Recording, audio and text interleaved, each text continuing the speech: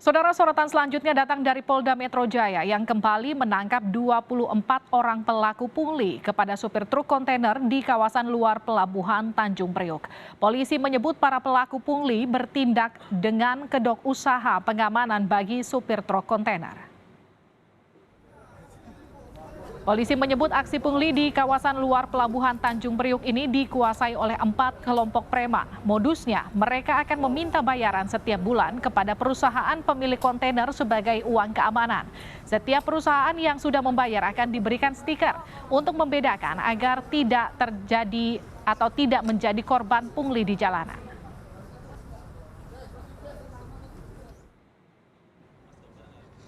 Polisi menyebut setiap kontainer akan ditarik uang keamanan berkisar Rp50 hingga Rp100.000 per bulan. Dari tangan para pelaku, polisi menyita barang bukti sejumlah dokumen transaksi pungli, telepon genggam, kendaraan roda 2. Uang tunai total mencapai Rp293 juta. Polisi menyebut setiap kelompok premanisme dan pungli di kawasan Tanjung Priok mendapat keuntungan mulai 9 juta hingga Rp177 juta. Olah mengamankan, tapi sejatinya melakukan pemerasan kepada perusahaan angkutan kontainer. Sistem pembayarannya dilakukan setiap bulan per kontainer, per kendaraan, dengan jumlah setoran atau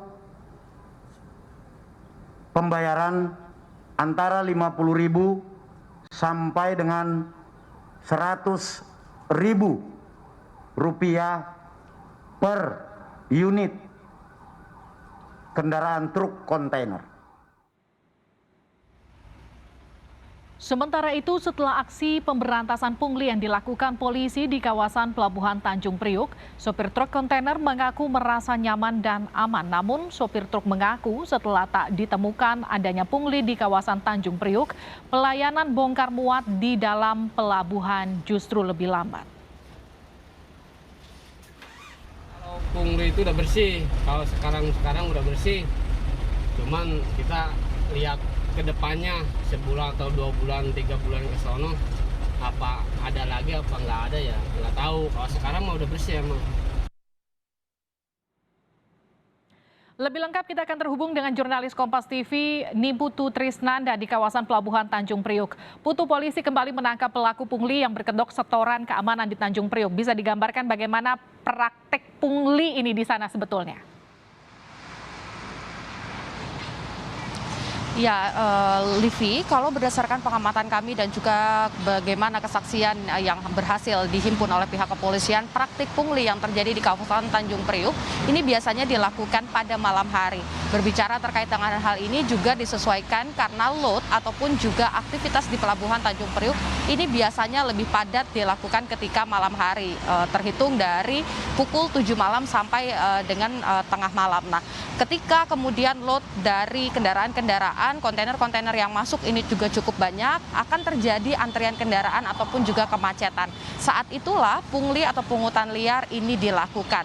Pertama, kalau kita berbicara terkait dengan hal ini, sebetulnya Livi ada beberapa jenis atau dari pihak Polda Metro Jaya ini membagi ke dalam 2 kategori.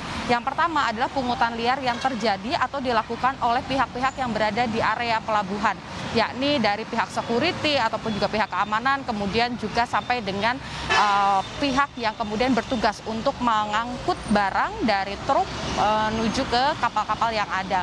Nah, berbicara terkait dengan hal ini, pihak kepolisian menemukan informasi bahwa pihak pelabuhan yang nakal atau oknum pelabuhan yang nakal ini kemudian telah meminta sejumlah uang kepada para pengusaha truk untuk kemudian mempercepat proses angkut barang.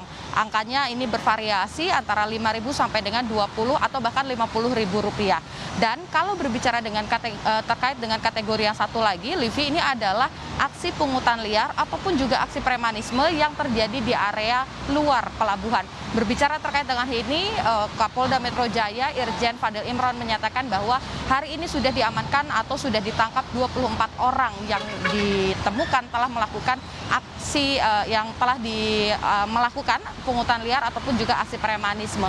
Ke-24 orang ini memang disebut tergabung dalam 4 grup atau 4 kelompok atau 4 instansi yang kemudian mengatasnamakan pengamanan ataupun juga pengawalan untuk mengantisipasi adanya serangan-serangan premanisme. Tetapi pihak kepolisian kemudian menemukan bahwa sebetulnya aksi-aksi premanisme yang dilakukan di jalan-jalan menuju pelabuhan Tanjung Priuk ini juga masih terafiliasi dengan 4 kelompok ini. Tadi disebutkan oleh Fadil Imron bahwa 4 kelompok yang kemudian tercatat terbukti dan juga tengah didalami lagi apa kemudian yang dilakukan terkait dengan aksi premanisme dan pungutan liar. Ini ada Bad Boy, Haluan Jaya Perkasa, Sapta Jaya, dan juga Tanjung Raya Kemilau.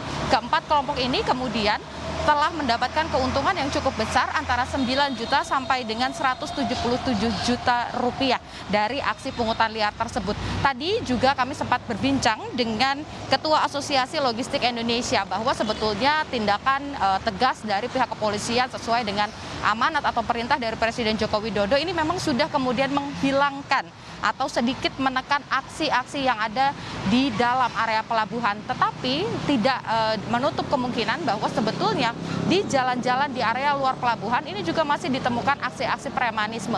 Bahkan ada beberapa yang nekat sampai naik ke kendaraan dan juga mengambil barang-barang milik truk tersebut seperti misalnya ponsel, uang, dan lain sebagainya. Titik-titik kemudian yang juga disebut rawan aksi premanisme ini ada di beberapa titik untuk di daerah Jakarta, yakni di Cakung, Cilincing, dan juga di Ancol. Dari Asosiasi Pengusaha Truk sendiri ini juga meminta agar pihak kepolisian meneliti lebih lanjut ataupun juga menindak secara tegas aksi-aksi premanisme yang terjadi di luar pelabuhan. Oleh karena itu juga kalau kita berbicara terkait dengan upaya yang dilakukan pihak kepolisian, ada ancaman pidana sampai 9 tahun kurungan penjara.